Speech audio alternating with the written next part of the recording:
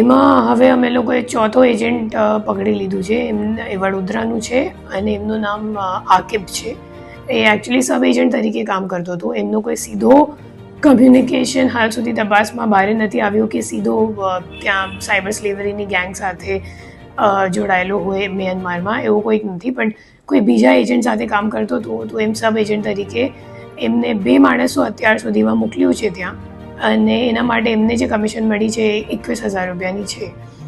એના સિવાય અત્યાર સુધીમાં તપાસમાં એમ સામે આવ્યું છે કે જે સૌથી મોટો જે એજન્ટ છે નિપેન્દ્ર ચૌધરી, એ હાલ સુધીમાં એમના મોબાઈલથી અમે લોકોને જે મળ્યું છે એમાં 30 જેટલા બિનાન્સ અથવા ટ્રસ્ટ વોલેટનો ટ્રાન્ઝેક્શન્સની વિગતો છે. એના સિવાય અમે લોકોને 51 જેટલા પાસપોર્ટો પણ મળ્યા છે, પાસપોર્ટની કોપી એમના ફોન પર. અને એ જે પાસપોર્ટ છે તમામ પાસપોર્ટ મતલબ શ્રીલંકાનું છે, ઇથિયોપિયાનું છે અને ઇન્ડિયાનું છે. બીજા ઘણા બધા એજન્ટ હશે એમાં, બટ હાલ કેમ કે તપાસ ચાલુ છે તો પછી તમને અપડેટ કરવામાં આવશે. મેમ, આ જે 2 લોકોને ભોગ બનના છે તેમને ત્યાંથી મુક્ત કરાવ્યા છે, કઈ રીતનું આપણું ઓપરેશન હતું?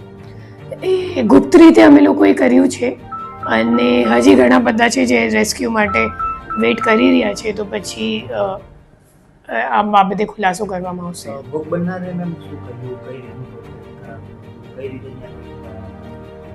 તો ભોગ બનનારનું જ્યારે અમે લોકોએ વાત કરી તો સામે આવ્યું કે એ લોકો એને ગન પોઈન્ટ ઉપર, કેમ કે શું છે એ લોકોને જૂઠ બોલીને અહીંથી લઈ જવામાં આવતો હતો કે તમારે બેંકોક ખાતે જોબ આપવામાં આવશે, પણ ખરેખર જોબ બેંકોકની મ્યાનમારમાં હતી અને એ લોકોને ઇલીગલી બેંકોકથી થાઈલેન્ડનું બોર્ડર ક્રોસ કરાવીને મ્યાનમાર લઈ જતા હતા.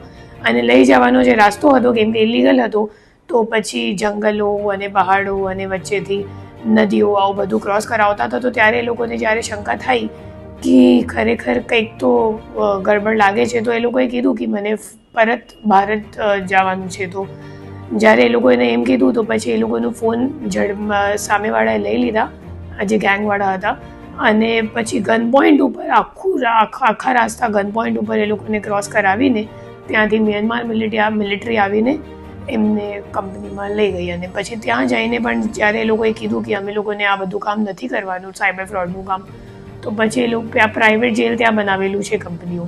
તો કંપનીઓ પછી ત્યાં પ્રાઇવેટ જેલમાં જે લોકો ના પાડે એમને જબરદસ્તી પછી ત્યાં મૂકી દે અને જમવાનું નથી આપતા અને ટોર્ચર કરે છે, શોષણ કરે છે. તો શું થાય, પછી જે ભોગ બનનારો છે એ લોકો થકારીને પછી હા પાડી દે, કેમ કે એ લોકો પાસે પૈસા તો હોતો નથી કે પરત જવા માટે. એ લોકો 3.5 કે 4 લાખ રૂપિયા માંગે તો એ લોકો પાસે પૈસા નથી હોતા, તો પછી જે લોકો હા પાડી દે અને જબરદસ્તી એમના પાસેથી કામ સાયબર ક્રાઇમનું કામ કરાવવામાં આવે છે. કેન્દ્રીય સરકાર સાથે સતત સંકલનમાં છીએ, સ્પેશિયલી રેસ્ક્યુ માટે. જે લોકો ત્યાં ઓલરેડી ફસાયેલા છે એમને રેસ્ક્યુ માટે. જે આપણે વ્યક્તિ જે આવ્યા છે, જે ભોગ બનનાર છે, એની સાથે ત્યાંનો માહોલ વિશે તમે ઘણી વાત કરી છે, કઈ રીતનું હતું અને કઈ રીતે એમને કશે તો એમને જો કામ કરાવવામાં આવે છે તો એકચ્યુઅલી શિફ્ટ મુજબ થાય છે અને સૌથી અઘરું છે કે ઘણા લાંબા સમય સુધી, ફોર એક્ઝામ્પલ એમનું શિફ્ટ રાત્રે 9:30 વાગે ચાલુ થાય, 9:30 થી 12:30 સુધી તમારે કામ કરવાનું. પછી તમને જમવા માટે અડધો 1 કલાક આપે, પછી ફરીથી આખી રાત તમે સવારે 7 વાગ્યા સુધી કામ કરવાનું. પછી 7 વાગે એ લોકોને ફ્રી કરે, પછી બપોરે 1 વાગે ફરીથી બોલાવી લે કે 1 વાગે આવો અને ફરીથી કામ કરો. પછી શિફ્ટ ચાલે 7 વાગ્યા સુધી, પછી વચ્ચે થોડુંક ફ્રી ટાઈમ આપે. અને અઠવાડિયામાં 2-3 વખત એ લોકોના માણસ, જે કંપનીઓના માણસ છે, એ લોકો આવીને બધાનો ફોન વગેરે પણ ચેક કરે છે.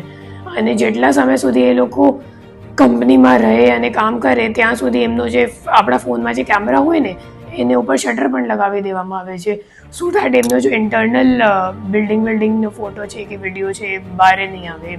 પછી એ લોકો જ્યારે હોસ્ટેલમાં પરત આવી જાય ત્યારે એ લોકો ફેમિલી સાથે વાત કરે, બટ એમાં પણ મોનિટરિંગ સતત ચાલુ રહે.